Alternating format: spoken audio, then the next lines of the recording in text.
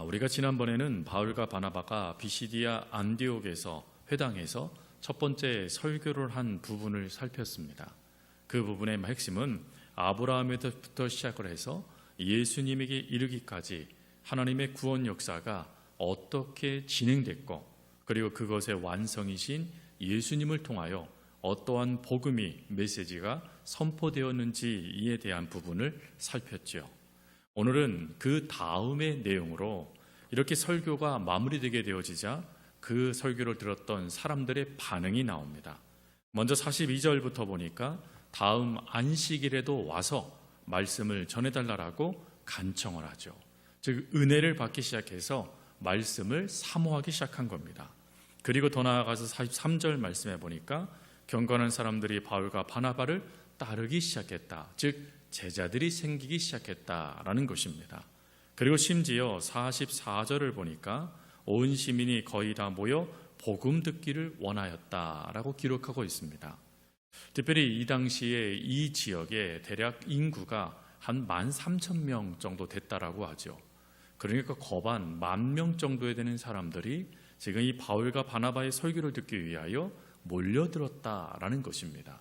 그러니 어찌 보면 이것은 선교적으로는 이미 성공한 선교와 매한가지인 상황이 발생된 것이죠. 그런데 이런 상황에 찬물이 끼얹어집니다. 바로 45절 말씀에 보니까 유대인들이 시기가 가득하여 비방하기 시작했고, 또 그 다음 말씀에 보니까 급기야 정치 권력을 동원해서 복음 전파를 거부하고, 그리고 바울과 바나바를 쫓아내는 상황이 발생되어지죠. 그러면 이러한 상황 속에 바울과 바나바는 어떻게 반응했을까? 이것이 바로 우리가 그리스도인으로서 주의 복음을 증거하고 하나님의 자녀된 삶을 살아갈 때 세상 사람들이 신학적인 논쟁하지 않죠. 감정에 따라, 생각에 따라 교만하게 반응을 하게 될 때 우리는 어떻게 그들에게 반응해야 되는가? 또 어떠한 힘을 의지해서 우리가 주의 복음을 증거해야 되는가 하는 부분에 대한 답을 오늘 성경은 두 가지로 주고 있습니다. 먼저 첫 번째로는 담대함입니다. 즉 거부 속에서도 말씀을 선포하라 라는 것이죠. 먼저 45절을 다시 보면 유대인들이 바울이 말한 것을 반박하며 비방합니다. 근데 이 반박하며 비방하는데 이게 신학적인 논쟁이 아니라는 것을 알 수 있는 게 바로 그 다음 말씀에 시기 때문이다라고 기록해 놓았기 때문이죠. 시기는 감정적인 요소입니다.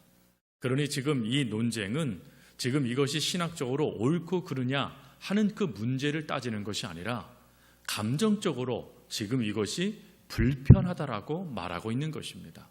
왜 불편했을까? 그것은 44절에 나와 있는 말씀처럼 온 시민이 거의 다 바울과 바나바의 말씀 듣기 위해 모여드는 상황 때문이었습니다.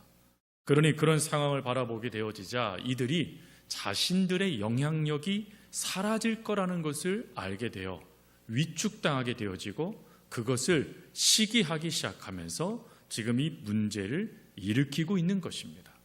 그러면 이런 문제가 발생될 때 특별히 감정과 감정이 충돌되면 큰 싸움이 발생되어지는데 지금 이 감정적인 요소가 상대방을 통하여서 나에게 지금 이렇게 선포되어듯이 다가오게 될 때 바울과 바나바는 어떻게 행동했을까?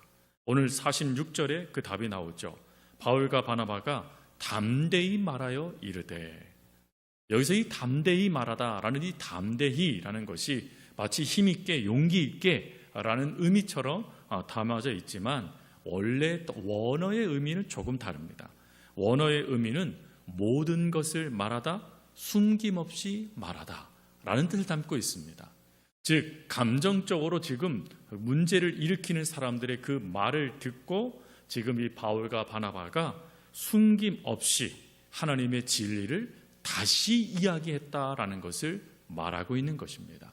즉 감정을 숨기지 않았다 이 뜻이 아니라 하나님의 복음의 메시지 그 핵심을 숨기지 않고 다시 말했다라는 것을 말하는 것이죠. 그런데 이렇게 담대히라는 사도행전에 담대하다, 담대히라는 단어들이 나오게 되면 항상 이거는 인간의 용기를 뜻하는 단어로 쓰여지지 않고 성령의 역사를 뜻하는 단어로 사용되어집니다. 그 예가 사도행전 31장 1절 말씀에 가보면 성령에 충만하니까 빌길 다음에 모든 것이 진동하더니 무리가 다 성령이 충만하여 담대히 하나님의 말씀을 전하니라 라고 되어져 있죠. 담대히, 즉 숨김없이 모든 것을 사람들에게 말하다. 이것이 바로 담대히라는 의미의 뜻이죠. 그러니 이 담대히 말하다라는 것은 용기의 모습이 아니라 성령님께서 역사하신 결과로 그들이 해야 될 말들을 분명하게 하기 시작했다라는 것을 말하는 것입니다. 즉 문제 상황 속에서도 누구를 의지했습니까? 성령님을 의지했다라는 것입니다. 이것이 우리 그리스도인들이 놓치지 말아야 될 영적인 태도입니다.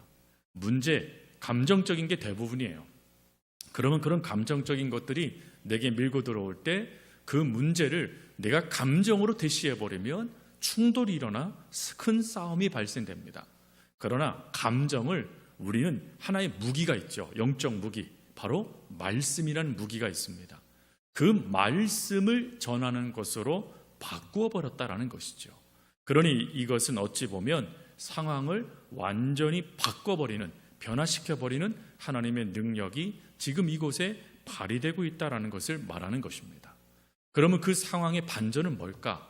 그것은 지금 이들이 비난을 하고 있는데 그 비난의 의미가 바울과 바나바의 그 설교가 잘못됐다라는 신앙 논쟁을 가장한 감정이지 않습니까? 그러니 그 가장 잘못된 그들의 주장을 사도 바울과 바나바가 말씀으로 정면으로 그것을 반박합니다. 그것이 바로 46절 후반절부터 나와 있는 말씀이죠. 46절 후반절부터의 말씀을 보면 사도 바울은 크게 세 가지를 이야기를 합니다. 그런데 이 세 가지를 이야기하기 전에 먼저 사도 바울은 뭘 얘기하고 있냐면 하나님의 복음의 우선순위를 먼저 이야기합니다. 그 우선순위가 뭐냐면 마땅히 먼저 너희에게라는 구절이죠. 여기서 이 마땅히 먼저 너희에게라는 이 구절을 사도 바울은 로마서 1장 16절에 이렇게 말을 하였습니다. 내가 복음을 부끄러워하지 아니하노니 이 복음은 모든 믿는 자에게 구원을 주시는 하나님의 능력이 됨이라. 그 다음이 중요하죠. 순서가 나옵니다. 먼저는 유대인에게요, 그리고 헬라인에게로다. 지금 사도 바울은 그 하나님의 복음의 수선순위, 그 순위의 중요성을 먼저 이야기하는 것입니다. 실제로 하나님이 이스라엘 백성들을 선택하신 목적, 그 목적은 장자 삼기 위함이다라고 말씀하셨습니다. 장자를 삼는다라는 것은 먼저 하나님의 은혜를 경험해서 하나님을 알지 못하는 자들에게 하나님이 누구신지를 보여주기 위함이라는 뜻이죠. 그리고 장자는 하나님의 축복권을 받은 자들입니다. 그 역사로 하나님은 그들을 축복하신다라는 것을 말씀해 주신 거예요. 근데 문제가 뭘까요? 오늘 사도 바울이 말하는 것처럼 마땅히 먼저 너희에게 하나님의 이 은혜가 주어졌는데 그 다음에 세 가지를 이야기합니다. 먼저 첫 번째, 너희가 그것을 버리고, 즉 먼저 이들이 하나님의 그 놀라운 축복권을 버렸다라는 것입니다. 이것은 또 다른 표현으로 바울이 제대로 전하지 않아서 그들이 받아들이지 않았다라는 의미를 갖는 것이 아니라 그들의 잘못된 선택으로 말미암아 하나님으로부터 버림을 받게 됐다라는 것을 말하고 있는 것입니다. 즉 지금 그들이 하나님과 상관없는 잘못된 행동을 하고 있다는 걸 말하고 있는 것이죠. 그리고 두 번째로 또 이들이 어떤 행동을 하냐면 자처합니다. 뭘 자처하죠? 영생 얻기에 합당하지 않은 자로 자처했다라고 이야기를 합니다. 그냥 버린 것이 아니라 이 자처하다라는 단어가 거부하다라는 뜻입니다. 즉 하나님의 말씀을 버린 것조차가 아니라 아예 거부하면서 하나님의 말씀을 완전히 무시하고 있었다라는 것을 말해주고 있는 겁니다. 그러니 이러한 역사에 하나님이 어찌하십니까? 그것이 바로 세 번째 메시지죠. 사도 바울은 말합니다. 우리가 이방인에게로 향하노라. 그러면서 사도 바울은 이방인에게 향하는 것이 내 선택이 아니라는 것을 이야기하기 위해서 이사야서 49장 6절을 인용한 47절을 이야기합니다. 주께서 이와 같이 우리에게 명하시되 내가 너를 이방인의 빛으로 삼아 너로 땅끝까지 구원하게 하리라 하셨느니라 하라. 즉 하나님께서 사도 바울을 통하여 이방인의 사도가 되게 하신 것은 이미 하나님의 뜻, 목적이었다라는 것입니다. 그 목적에 따라 사실은 하나님의 말씀을 사명으로 받았고 그 사명에 따라 지금 이렇게 복음을 증거하고 있는 것이다 라고 말하고 있는 거예요. 그러니 지금 이 세 가지만 이야기해도 지금 이 유대인들의 행동은 하나님과 원수된 행동을 하고 있는 겁니다. 지금 마귀사단의 짓을 지금 이 유대인들이 행하고 있는 거예요. 먼저 장자된 이들이 하나님을 버리고 먼저 하나님의 축복을 받는 이들이 하나님을 거부하고 심지어 하나님의 역사를 막아서는 그런 무서운 사단, 죄악을 짓고 있다라는 것을 말해주고 있는 것입니다. 여러분, 그러자 이런 말씀을 담대하게 하나님의 말씀을 증거하자 어떤 일이 발생되어집니까? 48절 말씀해 보니까 이방인들이 듣고 기뻐하여 하나님의 말씀을 찬송하며 영생을 주시기로 작정된 자는 다 믿더라. 근데 여기에서 정말 우리가 중요하게 살필 단어가 영생을 주시기로 작정된 자는 믿더라라는 이 구절의 단어들이에요. 이 단어들이 무엇으로 되어져 있냐면 그 문법으로는 완료 수동 분사로 되어져 있습니다. 완료 수동 분사니까 결국 수동태, 즉 이 믿게 된 결과가 그들의 선택이 아니라 하나님의 역사라는 걸 말하는 것이고, 그리고 완료라고 되어져 있으니까 무엇입니까? 이미 구원 받았다라는 하나님의 선언이 선언되어져 있는 것입니다. 그리고 분사니까 그들의 상태죠. 즉 작정된 그들의 상태를 하나님이 완전히 어찌하십니까? 구원받는 자녀가 되도록 바꾸셨다라는 것을 말해주고 있는 것입니다. 즉 지금 이 놀라운 역사, 사실 사도 바울이 이야기한 것은 유대인들을 향한 하나님의 무서운 심판을 이야기한 것입니다. 하나님 앞에 너희들이 지금 원수됐다, 즉 하나님의 징계를 너희들이 받을 수밖에 없어 라는 그 이야기를 하자마자 갑작스레 그 다음 말씀에 하나님이 작정된 사람들을 다 구원하게 해주셨다라는 이 말씀이 어찌 보면 너무 간극이 있어요. 그러나 이 간극을 메울 수 있는 유일한 것은 이 모든 것들 속에 하나님께서 역사하셔서 이방인을 구원하시는 은혜를 이제 본격적으로 시작하셨다라는 것을 이야기해주고 있는 것입니다. 그리고 이 표현을 통하여서 구원은 하나님의 절대적인 주권 아래 있다라는 것을 말해주는 것이죠. 그러니 여러분, 이것이 얼마나 우리들에게 위로가 됩니까? 사실 우리가 복음을 증거할 때 우리가 많은 말 아니면 다양한 이야기들 통해서 그를 어쩌든지 간에 변화시켜서 하나님의 자녀가 돼서 하나님을 믿도록 우리가 많은 수고와 애를 쓰고 말도 하지 않습니까? 그런데 오늘 그런 부담감을 이제 내려놓으라는 거예요. 누가 믿게 만드십니까? 누가 구원해 주십니까? 누가 그들의 마음을 작정하게 하셔서 그 마음을 변화시켜 주십니까? 하나님이 하신다라는 거예요. 그러니 우리가 해야 될 것은 뭐밖에 없습니까? 하나님의 말씀만 전하면 된다라는 것입니다. 예전에 어느 전도 학교에 갔더니 한 목사님이 그런 말씀 하시더라고요. 여러분, 교회 자랑하십니까? 많은 분들이 네 하셨습니다. 다들 교회 자랑하신다는 거, 전도할 때.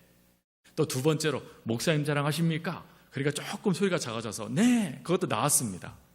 그랬더니 이 목사님이 갑작스레 고개를 갸우뚱거리면서 이렇게 얘기하시는 거예요. 여러분들은 전도가 틀렸습니다. 잘못된 전도를 하고 있습니다. 그러니까 사람들이 실망하고 교회를 떠나지요. 그러시는 거예요. 그 찬물이 끼얹어졌어요. 그러더니 그분이 이런 말씀하시는 거예요. 복음을 전할 땐 말씀만 전하십시오. 하나님이 당신을 사랑하신다고, 하나님이 당신을 위해서 죽으셨다라고, 하나님이 당신이 하나님 품의 자녀가 되기를 원하신다는 하나님의 말씀만 증거하십시오. 그래야 말씀이 살아서 역사하는 힘이 됩니다 라고 이야기를 하시는 거예요. 그 강의가요, 얼마나 그 은혜가 됐는지 몰라요. 우리가 가끔 놓치는 것이 바로 이겁니다. 분명한 것은 사도 바울은 감정적인 문제가 다가오게 될 때 감정으로 반응하지 않았어요. 그는 성령님의 역사에 따라 말씀으로 반응을 했습니다. 그랬더니 어찌 됩니까?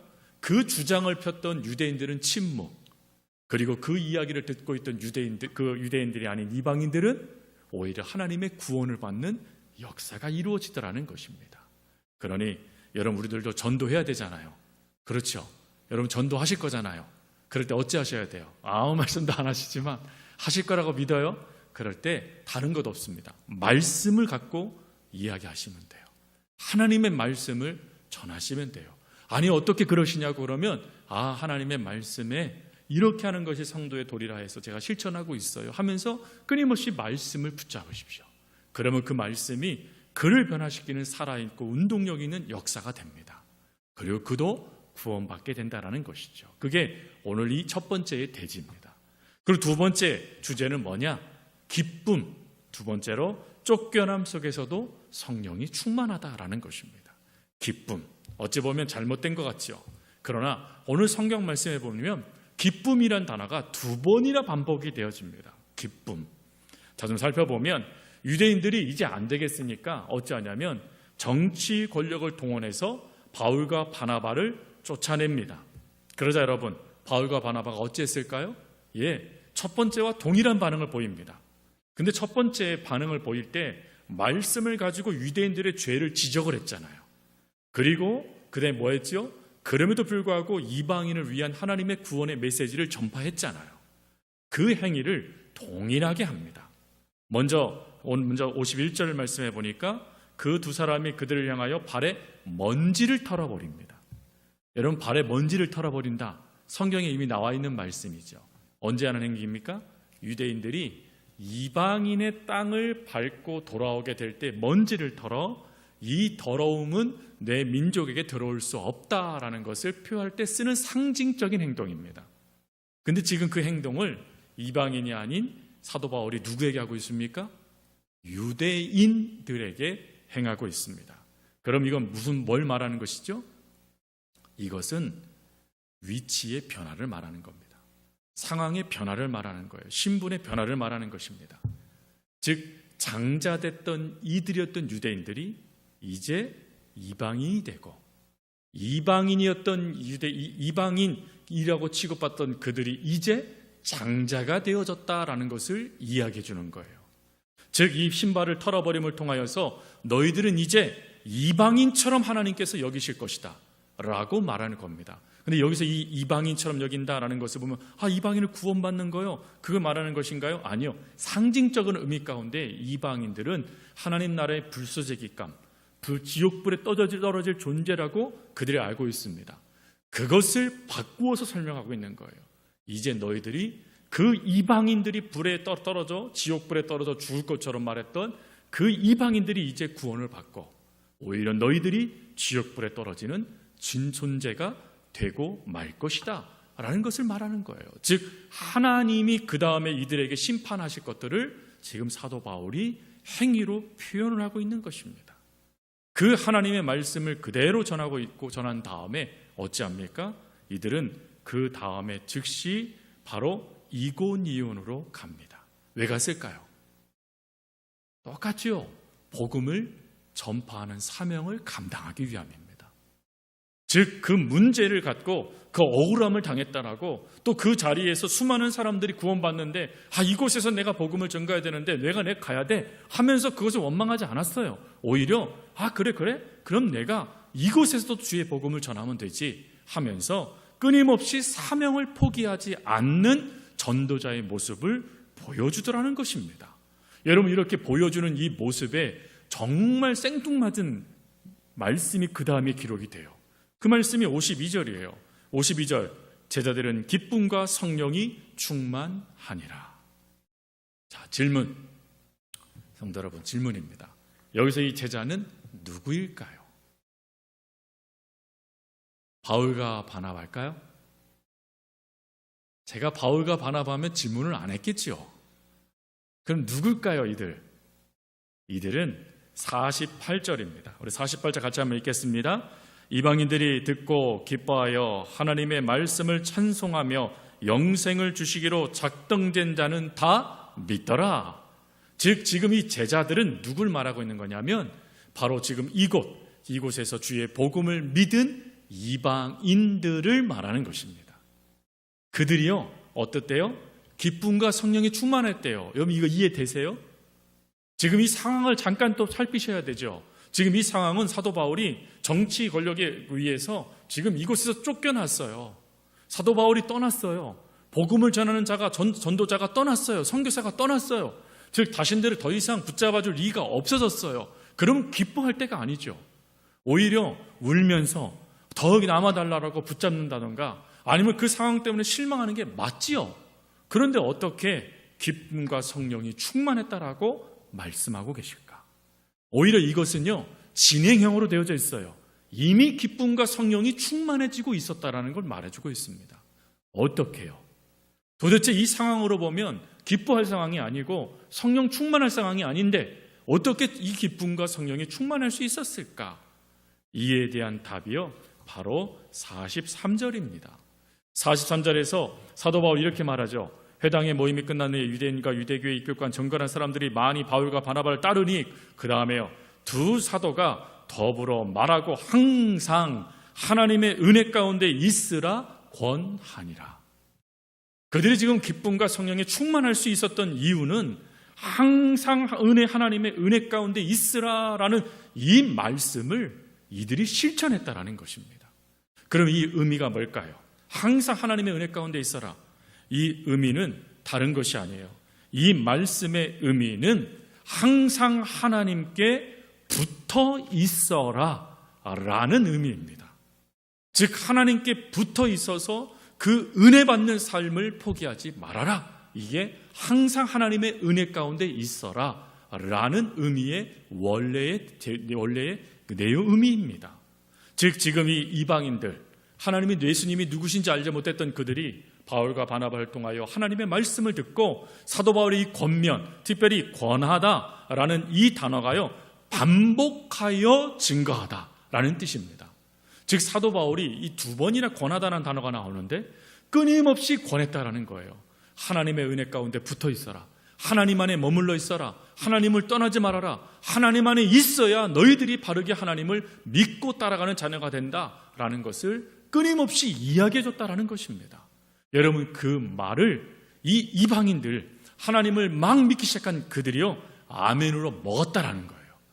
아멘으로 먹고 거기서 끝나지 않고요, 이것이 뿌리를 내리기 시작했다라는 것이고, 그 뿌리가 어찌 됩니까? 50절, 51절에 그 폭풍을 견디게 만드는 힘이 됐고, 그리고 52절 드디어 이 뿌리를 통하여 하나님 안에 뿌리를 내렸으니까 하나님으로부터 공급되는 은혜가 이들 속에 복음의 능력이 되어져서 영적인 기쁨과 성령의 충만함이 넘치기 시작했다는 걸 말하는 것입니다. 즉 상황, 환경에서 기쁨을 찾은 게 아니라 이들이요 놀랍게 하나님 안에서의 기쁨을 찾아냈다는 걸 말하는 겁니다. 또 다른 의미로 하나님이 그들에게 참된 기쁨의 역사를 공급하여 주셨다라는 걸 말하는 것이죠. 즉 비록 그 상황은 실망스럽고 낭망할 수밖에 없는 상황이 돼도 뿌리를 하나님께 내리고 하나님께 딱 붙어 있으니까 하나님이 그 상황을 뛰어넘는 놀라운 기쁨과 능력을 이들에게 부어주시더라는 것입니다. 여러분 이것은 예수님께서 이미 하신 말씀이에요. 예수님은 요한복음 15장 4절에 이렇게 말씀하셨죠. 내 안에 거하라. 나도 너희 안에 거하리라. 가지가 포도나무에 붙어있지 아니하면 스스로 열매를 맺을 수 없음 같이 너희도 내 안에 있지 아니하면 그러하리라. 하나님 안에 붙어있으면 열매가 맺혀진다라는 거예요.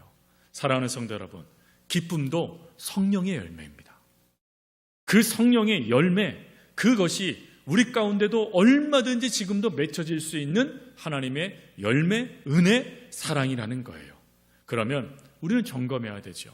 지금 나는 이 기쁨의 근원, 기쁨의 그 역사를 하나님의 말씀에 뿌리를 두면서 거기에서부터 공급을 받고 있는가? 아니면 나는 환경, 상황, 사람, 아니면 수많은 다른 것들에 내 기쁨의 뿌리를 내리고 있는가? 우리는 점검해야 된다는 것입니다. 그리고 바꿔야 돼요. 하나님이 아닌 다른 것에 뿌리를 내리고 붙어 있다라면 과감히 그걸 끊어내야 돼요. 그리고 하나님께 붙어서 하나님이 안에서의 주어지는 이 생명력의 기쁨들을 누려가는 우리가 되어야 된다는 걸 말씀하시는 것입니다. 말씀을 정리합니다. 사랑하는 성도 여러분, 오늘 말씀은 분명하죠. 비록 감정적으로 대적들이 발생되어져 우리의 수많은 복음에 그리스도인의 삶을 방해하는 일들이 발생된다 할지라도 감정이 아닌 말씀으로 반응해라. 그리고 어떠한 순간에도 하나님의 말씀대로 살아가고 또 그렇게 살아가기 위해서는 늘 그 하나님 안에 뿌리를 내리고 하나님께 붙어 있는 것이 가장 중요한 우리의 삶의 자세라는 것을 오늘 말씀은 우리에게 말씀해 주셨습니다. 그러니 올 한 해 주님 부르실 그날까지 여러분들의 그 믿음의 뿌리를 끊임없이 하나님께 내려서 그 하나님께 붙어있는 저와 여러분이 될 수 있기를 바라고, 그리고 어떠한 순간에도 말씀 놓치지 않기 위해서 그 말씀 붙잡고 먹으며 그 말씀을 나에게 적용하면서 끊임없이 말씀 안에서의 말을 하고 행동을 하고 삶을 살아감을 통하여 수많은 이들에게 그 하나님의 말씀의 위대함을 증거하고 또 그들도 경험할 수 있도록 그 삶을 열어갈 수 있는 저와 여러분들의 삶이 될 수 있기를 간절히 주님의 이름으로 부탁드립니다. 우리 기도하겠습니다.